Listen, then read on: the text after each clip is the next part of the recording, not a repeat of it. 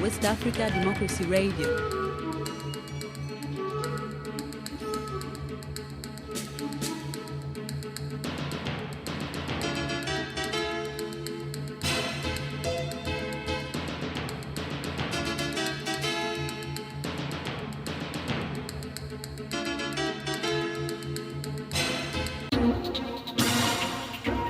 WADR, promoting dialogue. Good afternoon and many thanks for staying tuned to West Africa Democracy Radio, broadcasting on 94.9 FM and around the world on WADR.org. Welcome to NewsLink. Here are the top stories. Niger's junta accepts Algeria's proposed mediation plan of a 6-month transition timeline after the July 26 coup. The Malian transitional government deploys over 100 military trucks conveying troops to the northern region as fighting with ex-rebels intensifies. Occupy BOG protest takes over Accra as Ghana's minority caucus demands central bank leadership change. We express our revulsion against the conduct of the central bank. Our position is simple: to work with the central bank, to present a petition that should be received by the governor himself. He must be the one to receive our petition. I won't just hand over to him. We'll read it to his hearing. And the African Development Bank pledges over $70 million for financing of the Gambia's developmental projects. One big infrastructure you have is support improvements here. And we as a bank are committed to providing for you $24 million towards private work to be able to upgrade that port of the Gambia. Stay with us for details of these stories and more. Here is Tawfiq Abdul Nasser with NewsLink. Many thanks for joining us and a warm welcome to our listeners in Liberia, Ghana and the Gambia. Let's begin in Burkina Faso, where more than 1 million students were unable to resume classes as the new academic year commenced.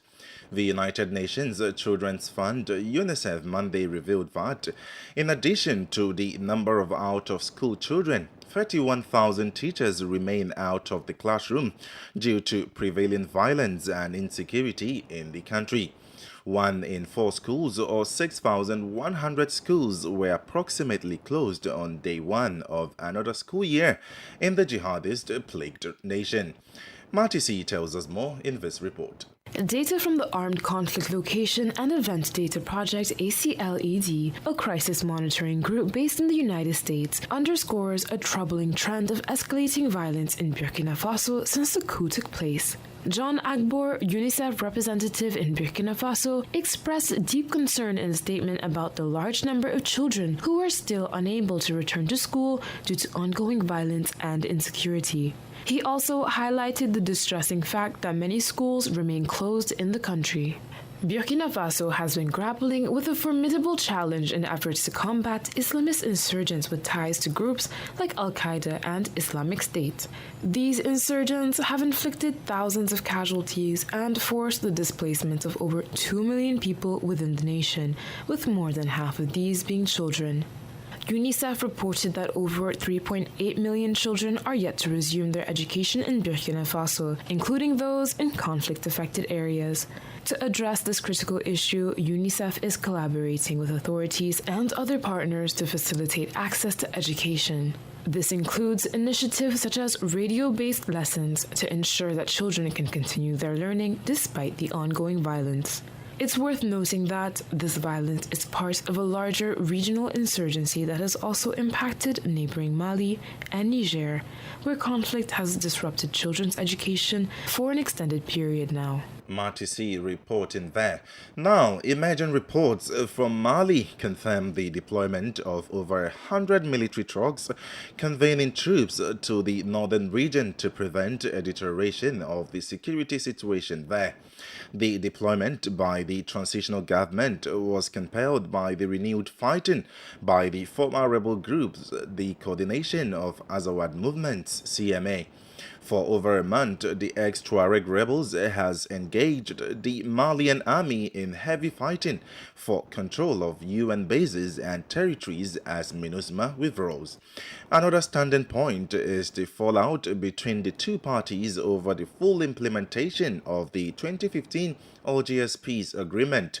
Concerned security and political analysts in Bamako say they fear another wave of armed insurrection as well as a further delay of the transition charter. Here is Dr. Alfa Al-Haj Koina, a political analyst. It's true that the military are in the way to the region of Kidal. We cannot say today that the final destination is the city of Kidal, because before get to Kidal, they can stay at Anafis. That's what we can say today. But it's true that with the data that we have today is there are more than 100 cars and more than 3 RNF that are in the way to the region of Kidal from Gao. Does the fighting between the Malian army and the former rebel group CMA in any way raise concern among the population of the fact that Mali might again experience or witness an insurrection? What we can say is true that since 2012 we are in the situation that is really complicated, and it's like a statico. We didn't have peace, and we are not in a war. So since 2020 we see that with the coup against Ibrahim Boubacar Keïta, the junta take the power. They invest many resources on the army, and they get many arms and plane for the war. So now the military think that they have some capacity to fight against terrorist groups and to take the control of some city that they lose since a decade. So we know that in December, MINUSMA will not be here. So the army is taking this moment to make some movements to be near Kidal and take the control of the bases that MINUSMA live. Dr. Alfa Al-Haj Koina is a political analyst. More stories coming up on West Africa Democracy Radio. NewsLink continues. Niger has accepted Algeria's proposal for a mediation role to restore constitutional rule in the country after the coup 2 months ago. This was announced on Monday by the Algerian government through its Ministry of Foreign Affairs. Recall, Algiers had declared its intention to resolve the political crisis in Niamey and recommended a 6-month transition period. The proposal also came on the backdrop of a mini tour of West Africa by the Algerian head of foreign diplomacy, Ahmed Attaf. While this is welcoming, questions such as the feasibility of the transition period by the CNSP remain. Ibrahim Akan, a governance expert, shares his perspective on the unfolding event. We need to first note that this is a progress in the conversation around the transition in Niger. You know, in the past 2 months, there was a lot of conversation, discussion by the ECOWAS and other different mediators. We didn't have very concrete solution on this crisis, but at least this time we know that the Algerian plan is about 6 months transition. It's a transition led by civilian, and it seemed to be accepted by the junta. So that's for me what I call the progress. But there are question marks. The question marks are, is it a civil-led process? I raise this question because if you look at in Mali, at the beginning, it was a civil-led process, but it ended up in the hand of the military, and up to now, after 2 or 3 years, the military is in control of everything. So that's, in my view, ECOWAS will try to make sure that civilian will be at the beginning and at the end of the process. At this point, would you say that the junta in Niger is trying to buy time, accepting this proposal made by Algeria, which suggests a 6-month transition period or window? You know, the junta somehow is buying time. On the ground, they are not really making any progress in controlling the state. 2, you have economic sanction. The economic sanction is so hard that ECOWAS itself had to accept to do an exception for humanitarian aid in the country. And the third one is that there is no progress in any attempt to find amicable settlement on this crisis. The military option will be the last one. So I think the junta is buying time, but the time is not on their side. Ibrahim Khan is a governance expert. It should be noted that Algeria, Niger's neighbor, opposes any military intervention in the Sahelian country. Let's now take you to Ghana, where the highly anticipated protest Occupy BOG, spearheaded by the minority caucus in parliament, is currently underway in the capital, Accra. The protesters took to the street early Tuesday morning to vent their frustrations and demand to the government. The primary objective of the protest was to demand the immediate removal of the governor of the Bank of Ghana and his deputies. The minority leader in parliament, Kassil Atoforsen, says his outfit will not submit their petition to other officials aside from the governor of the Bank of Ghana. According to Kassil, the group is ready to stay at the central bank for as long as they can if the boss, Dr. Ernest Addison, does not avail himself to be served. We think that this particular governor should not be allowed to stay in office. He's a printer, and we all know what printing does.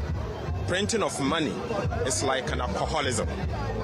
The perceived good effect comes immediate, and the hangover comes after the party. This Akufo-Addo government, together with the governor, hasn't been fair to the people of Ghana. In fact, Governor Addison printed for President Akufo-Addo for them to live a champagne lifestyle on an appetition budget. We can't continue this way. Today, look at what is happening to our economy. Ghanaians are struggling, finding it very difficult to survive. In fact, some are struggling to eat 3 times in a day. We can't continue this way. And so clearly, what is happening in this country cannot continue. We want this government out. The governor must go, and the president must be allowed to appoint a new set of Bank of Ghana team. This protest is organized by the minority in parliament, the official opposition in this country. We express our revulsion against the conduct of the central bank. Our position is simple: to work with the central bank, to present petition that should be received by the governor himself. He must be the one to receive our petition, and won't just hand over to him. We'll read it to his hearing and would demand his exit today. If he fails to exit, there will be a series of actions against him. We will not live there until he receives the petition, and we'll stay there till the kingdom come. He must be the one to receive the position. Kassil Atoforsen, minority leader of Ghana's parliament, speaking there. Elsewhere, Nigeria's anti-corruption agency, the Economic and Financial Crimes Commission, EFCC, has launched an extradition process for the former Minister of Petroleum Resources from the UK. If extradited, the Zani Alison Madueke will face 13-count charges bordering on money laundering leveled against her by the anti-graft agency. Already, the EFCC has obtained an arrest warrant against Alison Madueke, which it says covers jurisdictions in Dubai, the United Arab Emirates, the United Kingdom, the United States of America, and Nigeria. WADR's Usman Omar in Abuja completes the story. The latest development in the ongoing trial of the former minister on multiple cases bordering on money laundering, bribery, and stealing of public funds running into billions of United States dollars was a result of an informal interagency collaboration between the Economic and Financial Crimes Commission and the United Kingdom's National Crime Agency (NCA) the ongoing trial of Alison Madueke over the said charges opened at the Westminster Magistrate Court in London. Desiani was the Minister of Petroleum Resources from 2010 to 2015 during the administration of former President Goodluck Jonathan.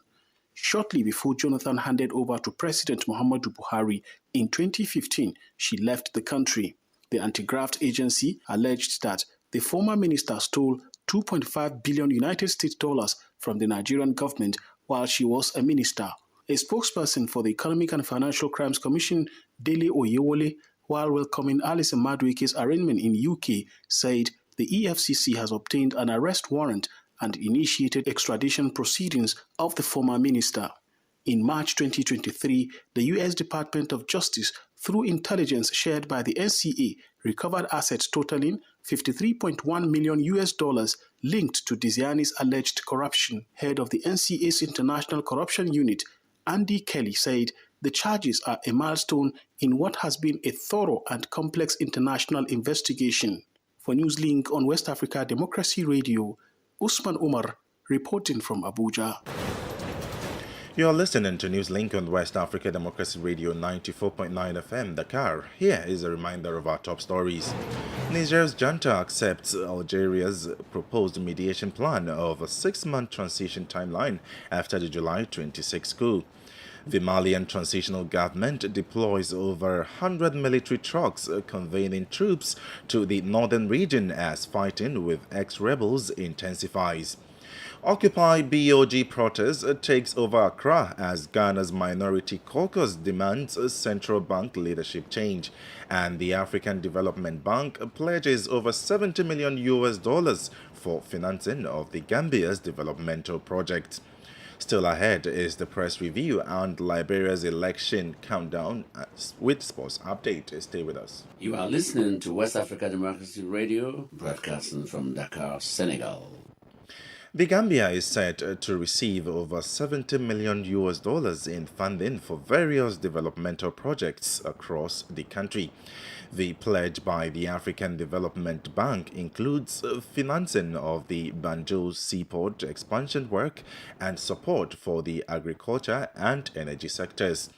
Dr. Adewumi Adeshino, AFDB president who arrived in Banjul for a 3-day working visit, made the declaration during his tour of projects financed by the Continental Financial House. Sankule Janko has more in this report. The African Development Bank President Dr. Akinwumi Ayodeji Adesina is visiting the Gambia for a 3-day working visit. During a meeting with President Barrow in Soma, a town in the Love region of the country, the AFDB president revealed his institution's commitment of up to $70 million to support various projects in the country, including the expansion of the Banjul seaport. When you were talking to me today, you were talking about infrastructure.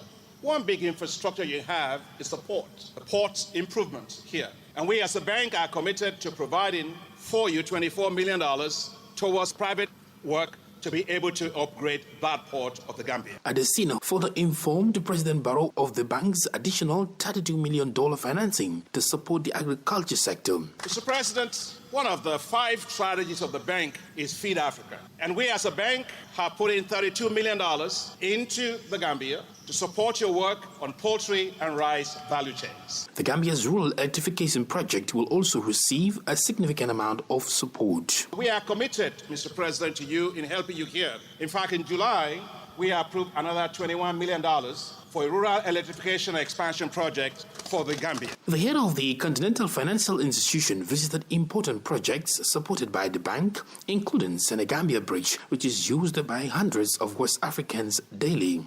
Meanwhile, in recognition of his contribution towards the socio-economic development of the Gambia and Africa, President Barrow conferred on Dr. Adesina the insignia of the Grand Commander of the Order of the Republic of the Gambia. For NewsLink on West African Democracy Radio, I am Sankule Janko reporting from Banjul.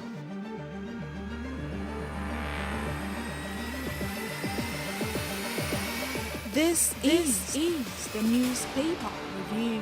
Stay on top of the news. Get the most important stories with added insight and concise review.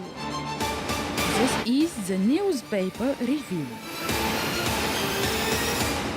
Darlington Popper in Monrovia joins us now with the major headlines from the Liberian dailies. For this edition of Press Review, we have the New Democrat newspaper, the Hot Pepper newspaper, and the Front Page Africa newspaper. We will begin the review process with the New Democrat newspaper. We as elite prophesies war. As Liberians continue to pray for peace ahead of the October 10, 2023 legislative and presidential elections, the publisher of the Hot Pepper newspaper, Philip Brown, who is also a close elite to President George Weah, predicts a bloody elections, calls on citizens to store food and medical items at their homes to avoid risking their lives. On the back page of the Democrat newspaper, rubber plantation owners blacklisted. Action Aid Liberia calls for urgent action towards climate justice. We move over now to the Hot Pepper newspaper. Thank you. Commences to support us after successful rally. Representative Swakoko Dennis justifies Desmond performance. NDC denies allegations on rigging of elections. We will leave it right there on the back page of the Hot Pepper newspaper. It's a birthday greeting to President George Weah here. Our last stop for today's edition of Press Review is the Front Page Africa newspaper.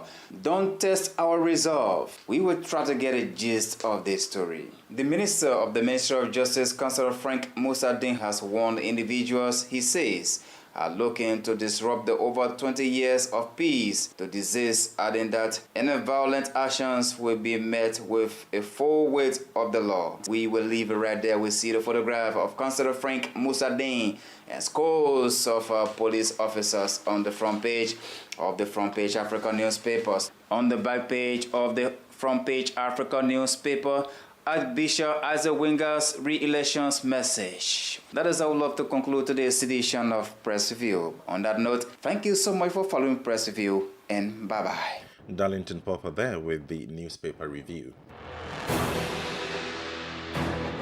This is the countdown to the general elections in Liberia. The countdown.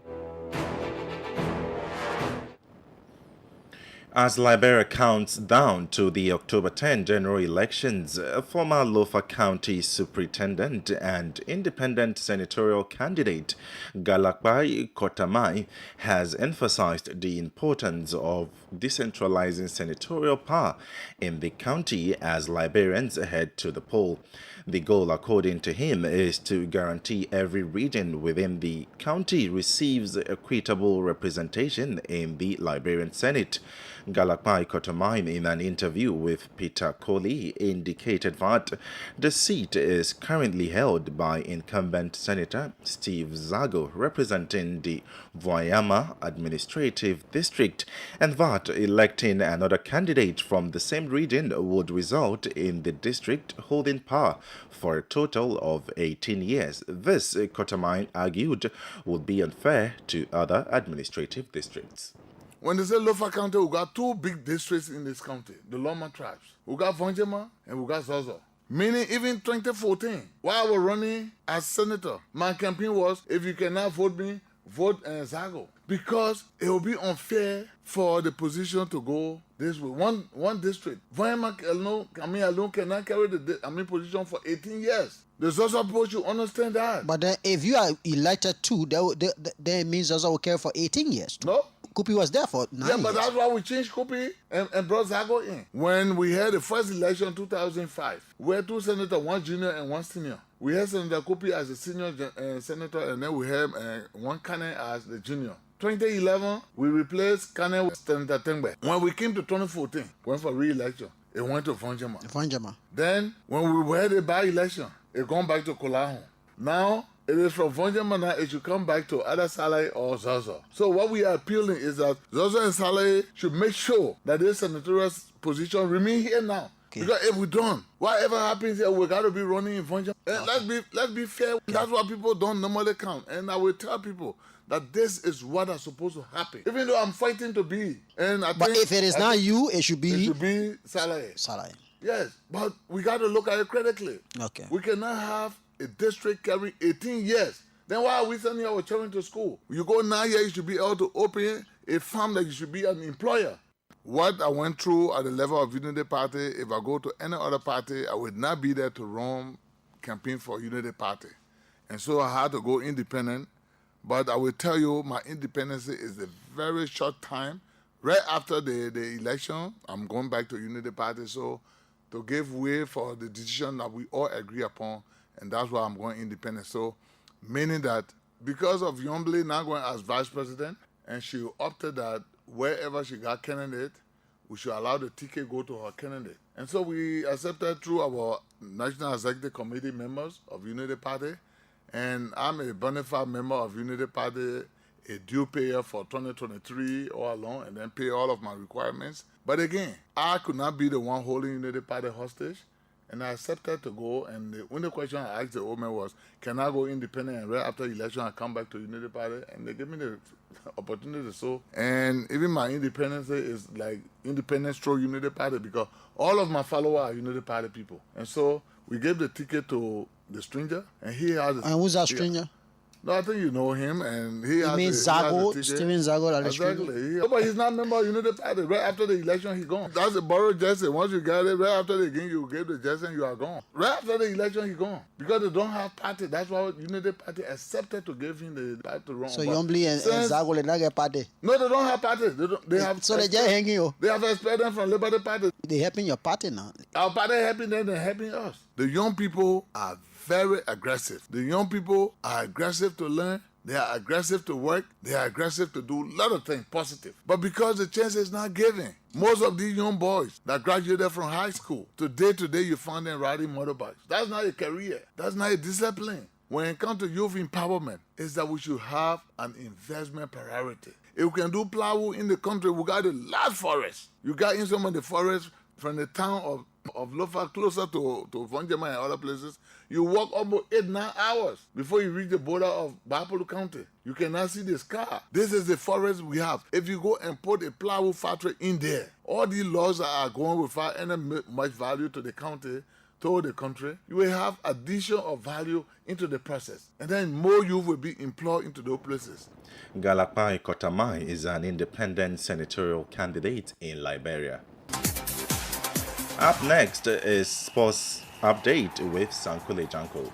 Hello out there, a warm welcome and thank you for joining us. Super Eagles coach Jose Becerra has unveiled a 25-man list for international friendlies against Saudi Arabia and Mozambique for October in Portugal. Some of the key players invited for the matches include Napoli striker Victor Osimhen, Samuel Chukwueze of AC Milan and Kelechi Iheanacho of Leicester City of England. Becerra has recalled defenders Kenneth Omeru, Bright Osayi Samuel, as well as midfielder Alex Iwobi and forward Tere Murphy. Elsewhere, Asante Kotoko midfielder Baba Yahya has urged the club fans not to give up on the team. After going 3 games without a win, it has been reported. The preoccupant Warriors are yet to register a win, having managed just 2 points after 3 games into the new Ghana Premier League campaign. And that's it for sports. It's back to you.